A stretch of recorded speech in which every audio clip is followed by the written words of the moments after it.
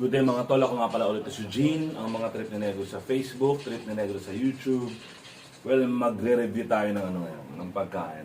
Or, meron tayo kasi rib eye steak. Yan. Galing sa MB Prime Steak, yan. MB Prime Steak. So, birthday natin. Nagluto tayo ng rib eye. So, yung luto ko, sarili kong version to, hindi ako magaling magluto ng ribeye. So, kanya-kanya naman tayong style. So, try natin kung gaano ka-quality ang steak ng MB Prime Steak kay Miko Villacorte. Thank you. Thank you nga pala sa ribeye. Stop na.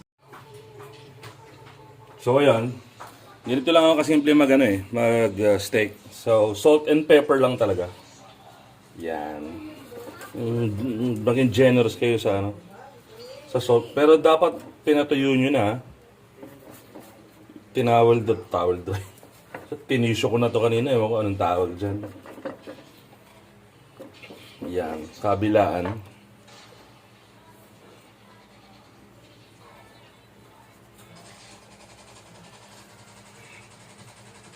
So, salt and pepper magkabila.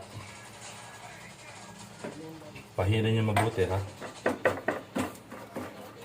Para pumasok sa loob yan. Lambot, oh. Pero sa kanila, malambot yung steak. So, malaman natin pag niluto. So, for me, medyo ilang luto na rin man ako mga steak.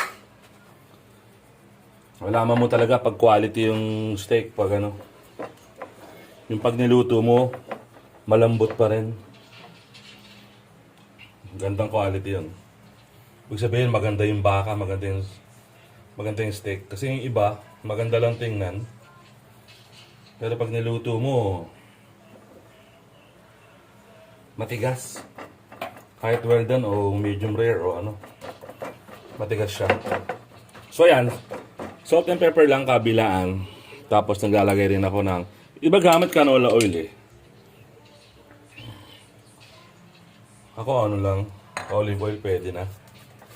Yan. Tapos, lulutuin natin siya gamit ang pan. Kawali. Yan lang. Okay? So, dapat kawali nyo medyo mainit na.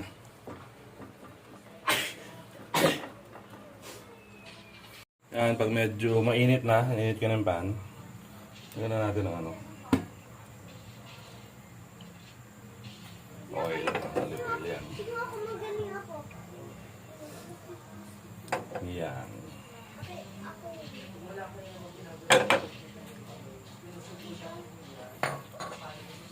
Painitin nyo lang.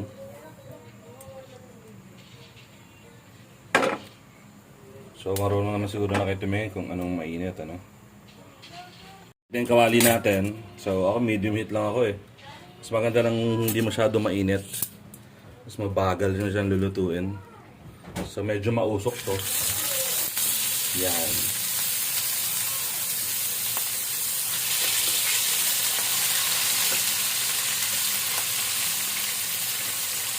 So, ako at least mga every 2 minutes. Inikot ko yan, Para madagdagan yung lasa, ako nagdadagdagan ka ng butter. Yan. So, good quality, maganda yung rib eye ng MB Prime Steak. Gusto ko yan. Medyo mamantika, maraming mantika. Ano naman yan, olive oil and butter. Ayaw natin siya matunaw dyan. Yan, and then, lagay tayong garlic. Ano lang, simple lang yan. Sarap na yan, baka na yan, rib eye na yan. Ang sarili ng lasa yan. Yan na lang. So at least mga 2 to 3 minutes, baligtarin natin ulit, tapos baligtad ulit. Para na-check natin yung quality. Lutong-luto na ba? Ayan. Very good. Tayo natin ulit. May lumasa. Ayun. Ayun, oh.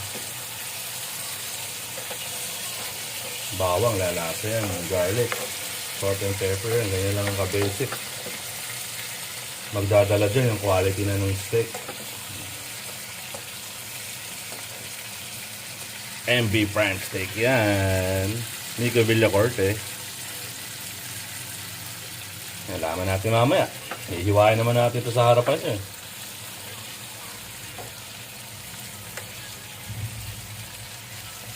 Ngayon, ahon na natin. Ito medyo lutong-luto yung ibang ginawa ko. Yung iba, hindi masyado. Para malaman natin yung quality niya. Yung lambot at lasa. Ayan. Alright. Ganyan ako mag-steak eh. So ito na.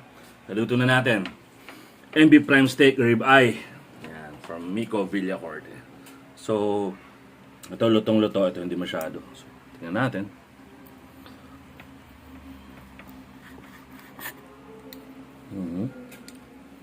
Kakatalo yan eh. Ano?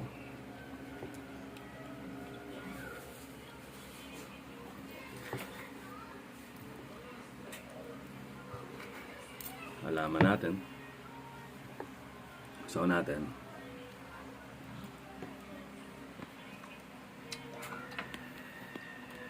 Malambot siya. Maganda yung quality ng beef. Yung rib eye. Kasi napansin ko sa iba. Pag medyo matagalan mo ng luto, matigas na. Ito. Malambot siya.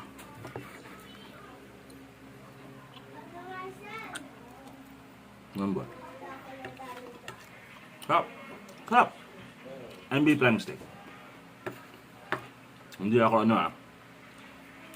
Mas simpleng tao lang ako. Hindi talaga ako para kayo ng mamahaling pagkain.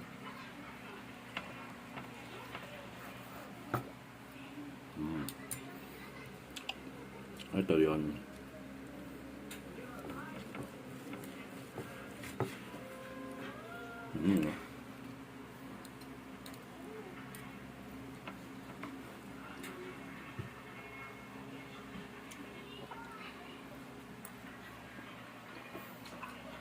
Tender.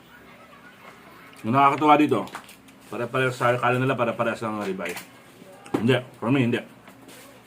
Nagkakatalo yan sa quality.